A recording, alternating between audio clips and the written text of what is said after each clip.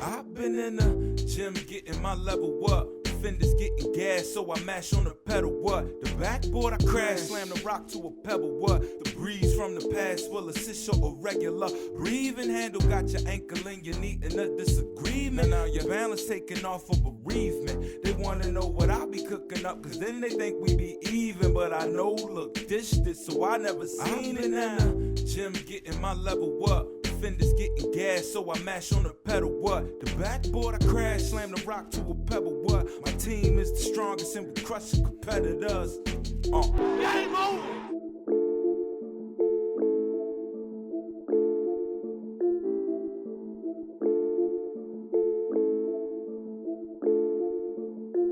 Hey everyone, welcome to the season finale of the Fast Break. And this has been a different type of year, as we all know. As hoops ends, we are still in the midst of a pop-up spring football season. So first, let's send our congrats to the men of Texas Southern and Norfolk State University and the women of Jackson State and North Carolina A&T. We'll have more on them later in the show, but first, let's not kid ourselves. Everyone is talking about that Jackson State versus Alabama State game. So let's start right there. Jackson State leading 21-14 on ESPN2, heading into the fourth quarter, and then this happened. A lot to break down between Jackson State and Alabama State, but let's just show you the fourth quarter. Fans on the edge of their seats for this one. Alabama State on the move, trailing by a touchdown, putting together their best drive of the afternoon. Nettles with the long reception, and the Hornets are going to finish this drive off. Ezra Gray, the man of the afternoon, in for the touchdown, and he brushes it off. That ties it up at 21 apiece. On the ensuing kickoff, the Jackson State fans, they were feeling it because they felt they had a long kickoff return touchdown. It was nice. It was pretty, but unfortunately, JSU fans, it was called back for a penalty. On the ensuing possession, because Jackson State couldn't convert, Ezra Gray running off into the sunshine for another touchdown. Alabama State goes up 28-21. The defense has to talk about some things on the JSU sideline. On a long 3rd and 20, Jalen Jones, feeling the pressure, drops back. It's complete for a first down. Jackson State is in business, but Alabama State, the defense said, we're going to put an end to that. Jones fumbles the snap. He is sacked, but another flag. JSU still in business, and Jones able to finish the drive off with a short touchdown run, the finger roll, and another flag. That gets you some FaceTime with prime time. Hey, man, look at here, man. It probably went something like that, right? Alabama State coming right back. Ezra Gray dances, jumps to the outside. He's going to the house once again. Hey, man, people on their feet doing the best we can here. Alabama State with the touchdown. They go up 35-28 on this nationally televised game on ESPN2. People loving it. One last chance for Jackson State. Jones driving. He's picked his second interception of the game. Those the first two of the year. And Alabama State, the defense, seals the game, but the offense showed up big, 35-28. For Jackson State, it's their first loss of the year. Deion Sanders and his crew leaving Montgomery with the loss, and the Alabama State players and fans celebrating as must be the money blares over the PA system. Yes, it's petty. Yes, it's HBCU football, and it's back. It was a big win for everyone. It was great for television. Just a lot of history behind both teams. You know, them having Coach Sanders, just coming to Montgomery, just a lot of excitement. There was definitely a buzz around campus this entire week.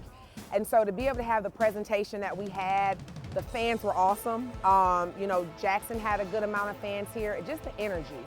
And then the competition, the product. It was just a really great game for television. After the game, there was more smoke. Bama State not only played must be the money. But they put draft date Deion Sanders on the scoreboard. Coach Sanders declared it childish. Childish. It is what it is. I mean, they know they messed up. They didn't furnish tickets for our fans. They didn't let our team in the locker room to unpack everything until this morning. It was just childishness. But it is what it is. And I'm going to call them out on it. So that's what it was. And they try to respond for the foolishness. We got to keep it on the field and make it about the kids. Make it about the fans. It ain't about me. But this game wasn't decided by music and screenshots. It was the Alabama State defense in the running of Ezra Gray. I would have never thought our defense would surrender the points they surrendered. They've been playing lights out, man. They played their butts off. Then the offense joined in on the front end, the latter part of the game. But overall, we played good enough to win the game, point-wise. But I cannot believe we gave up those couple explosions that we did later in the fourth quarter. From jump, with the film studies with the offensive line this week, we knew the type of plays that would be there. And honestly, we started kind of shaky, and I was losing my footing on a lot of those plays where I saw seams being created, but I just wasn't fortunate enough to be able to hit them early. So when we went in and made adjustments in the second half, we just had to settle down, stay patient. We knew eventually it would open up and we'd get what we wanted. Well, you know what? I got a bunch of young guys on offense, a bunch of redshirt freshmen on the offensive line, a redshirt freshman quarterback. It's, I hate to say it, but sometimes they just got to get hit in the mouth before they get peed off and just ready to play. And I don't know if we need to just start peeing them off in the locker room before they come out or what, but whatever it is, we'll fix it and we'll try to find a way that they can come out faster, because it's going to be some games that we're going to have to come out fast, because as you go in different games, we open it every weekend and we got the defense to be stout enough to buy time for us. But if they're not, we're going to have to be ready to respond. You're not going to win the big games running the football from your quarterback position. You're not going to do it. Sooner or later, they're going to stop that, and we're going to have to sit back there, read the defense, and make the proper reads and throw the football. We're going to have to do that. That's what we want. And he's growing and growing and growing, and we're happy he's been sufficed this entire season. Just had a rough one today. Defense is stout. As we say, bend but don't break. You'll see, every now and then they'll give up a play, but then they'll shut them down.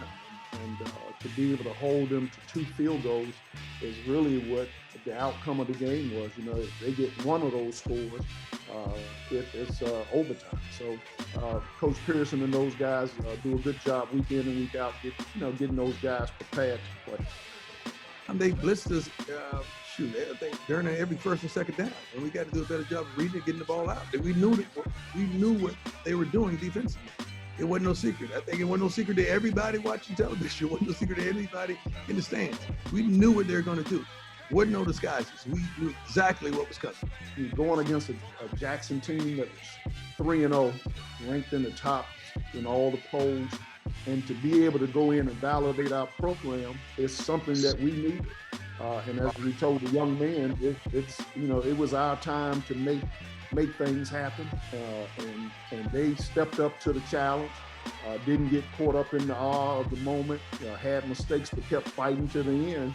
And as they fought through those adverse moments, they was able to get out of there with a touchdown at the end and seal this thing off.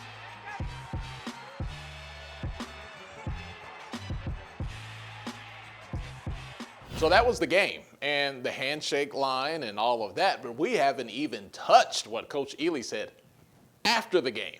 It involved the shoe and where he left said shoe behind. See what I did there? We'll reverse engineer that soundbite when we return. I've been in the gym getting my level up.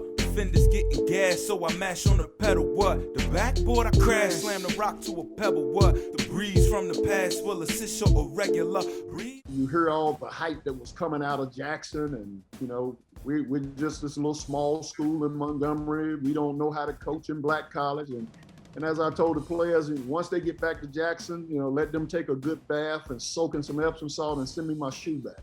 So Coach Hill-Eley, he isn't playing any games out here when it comes to smack talk. But who are those comments directed to? Well, it turns out it was not a shot at Deion Sanders, but it was a response to a Jackson State fan.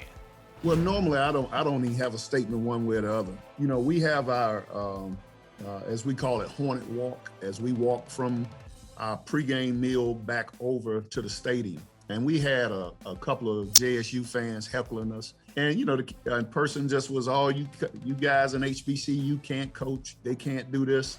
You know, they can't do that. You guys don't know how to do that." So that wasn't intended for Coach Sanders. That was intended for that fan to go take our shoe out his rear end, because it was, you know, sometimes, you know, fans can get too involved. So Coach Sanders hadn't did anything but show class as he has dealt with me in my program. So that wasn't intended for him. As I told the players, we're not going to get in a war of words with people, but, you know, I still got these 18, 19-year-olds that I'm walking to a locker room.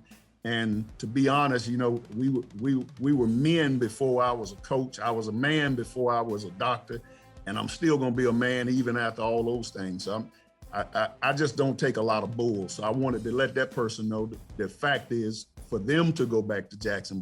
And maybe I should, and I didn't know their names, so I should have been a little bit more clear and detailed with what I was saying, but it had nothing to do with our game. I thought Coach Sanders and his staff has shown nothing but class on the arrival and on the departure. So if that clears up anything. So there's respect on both sides of the ball, right? All the schools respect one another as fellow SWAC members, but there is a little of, "All right now, I see you, and there's a little bit of, "I know you see me." It's been distasteful stuff done both ways. You know, when you look at guys throwing the ball at the end of the game, it may be your philosophy, but you still got to understand that when you do things that's not customarily done when you're up by 40 points, is that the class that goes into that goes down to the young men. Whenever you're up, you know, we can't think about what we do. We got to think about those young men that's in those helmets. What are we teaching them as we move them forward? And that's have always been something that has been customary and traditionally done, you know, by all the old coaches I've been around, is that you still have to think about the young men that's on the field that may not be up at that particular time. What are we teaching them? And, you know, so all the other stuff that goes with it, I mean, I'm only responsible for the 60 minutes during the game and the 70 guys in the helmet. Just because my association with it, I mean, it's the Super Bowl. I believe the coach got doused with water for beating us in a regular season game, correct? Yes, sir. So what do you call that? What do you call that? I think that's a celebration because you beat Jackson State. And the winner of all this, the fans, the media. We love this stuff, man. I mean, keep it between the lines, keep it respectful, but make sure you, a little jab, a little last word in there as well. It's good times. It's a big win for the SWAC. All right, when we come back, we'll hear from the fans. How are they feeling about spring football? We'll talk about it on the other side. I've been in the gym getting my level up. Fenders getting gas, so I mash on the pedal, what? The backboard I crash, slam the rock to a pebble, what? The breeze from the past will assist your irregular breathing handle got you. Hey, welcome back to the Fast Break. I got to experience that Alabama State versus Jackson State game from the visitor side. I shot from the other side of the field. It was scattered with Alabama State and Jackson State fans. There was a lot of smoke, but not nearly as much heat as a fall game. And by heat, I mean degrees. Sunny and 61 in Montgomery is a heck of a lot better than sunny and 91. Oh, heck, it's Alabama. Sunny and 101. The SWAC was the first conference to declare that there would be spring ball and not a cancellation of the fall outright. And the move feels like the right one. Raymond Woodfork is a Jackson State alum, and he's all about the Tiger life. He drove up to Montgomery this past Saturday from New Orleans to catch the game, and he doesn't intend on missing one for the rest of the spring. It's all about that blue and white from the alumni, my alumni chapter in New Orleans. I got a daughter there at campus. Everybody's excited.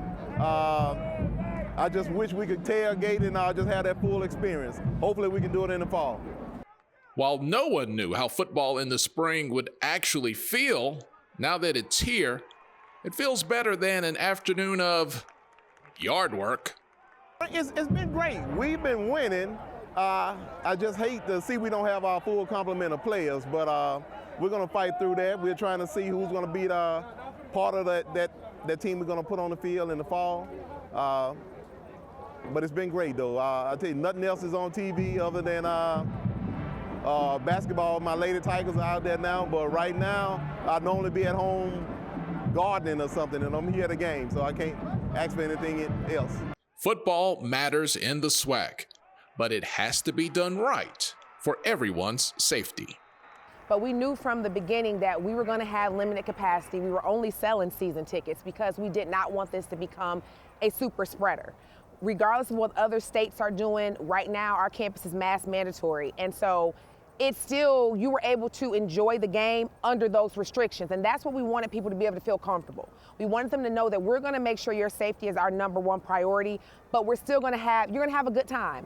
And I too, you get lost like, wow, this really feels like we're at a football game that we're accustomed to in the fall. As the SWAC continues to flex its TV schedule beyond just ESPN3 and climb into more homes, the exposure is hard to measure. It's just anytime you can get on national television and just have a great showing, that helps with advertising and the brand of your institution. So we're just excited about the victory today. I've been in the gym getting my level up. Fenders getting gas, so I mash on the pedal. What? The backboard I crash, slam the rock to a pebble. What? The breeze from the past will assist your irregular breeze. All right, welcome back, everyone. The clock has run out on the fast break this season, and the 2021 year is in the books for most of us. And it was a year of history when Norfolk State and Texas Southern became the first HBCU duo to win opening games in this year's NCAA Tournament. Man, I feel like I'm on top of the world right now. I ain't gonna lie. The feeling of all the work finally paying off after all the ups and downs this year, it's just a blessing to be able to reap the benefits of our work. Just being able to look to your left or to your right and know if you mess up, your other guys will pick you up, man. It's amazing. And just this whole year, we've been building that bond. We've been quarantined together. We've been on the road with weather together. So it really ain't got no choice but to like these fools. And you don't even understand. That's probably maybe one of the best feelings of it all, just being able to be a symbol for HBCUs across the country and then win at that on top of it is just amazing, because I know it's a lot of teams who wish they could be here, and that's just going to be more motivation for them next year, and that's going to make the whole league better. Just all the hungriness to go on top of it is going to be perfect. John was incredible. He had 19 and 9. I thought he was exceptional, played well for us, and John's very elusive. He's when he catches that ball inside, he has a knack for scoring in there. He wound up hitting, I think, a big three for us today as well, and which was needed, stretching the defense and getting 9 big rebounds, 4 of those on the offensive glass. I thought he was the big difference. As hard as our guys played today, I thought he was a huge difference in the basketball game, because I thought he was a matchup problem for our opponent today.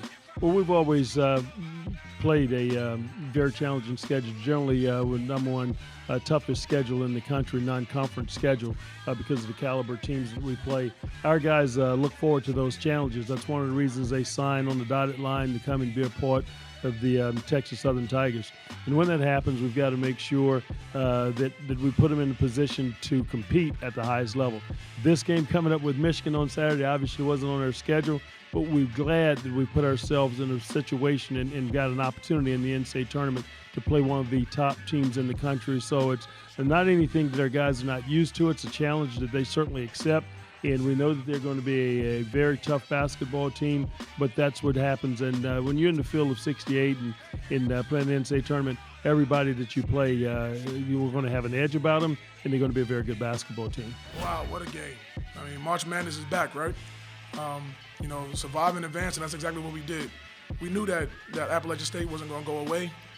They came back from a big deficit earlier in the season to another opponent, so we told the guys that, and they did it. And then we went cold, and they got hot, and it made it a basketball game. It's a tournament of champions, so 16 points is not really a big lead when a tournament of champions, because everyone has championship pedigree.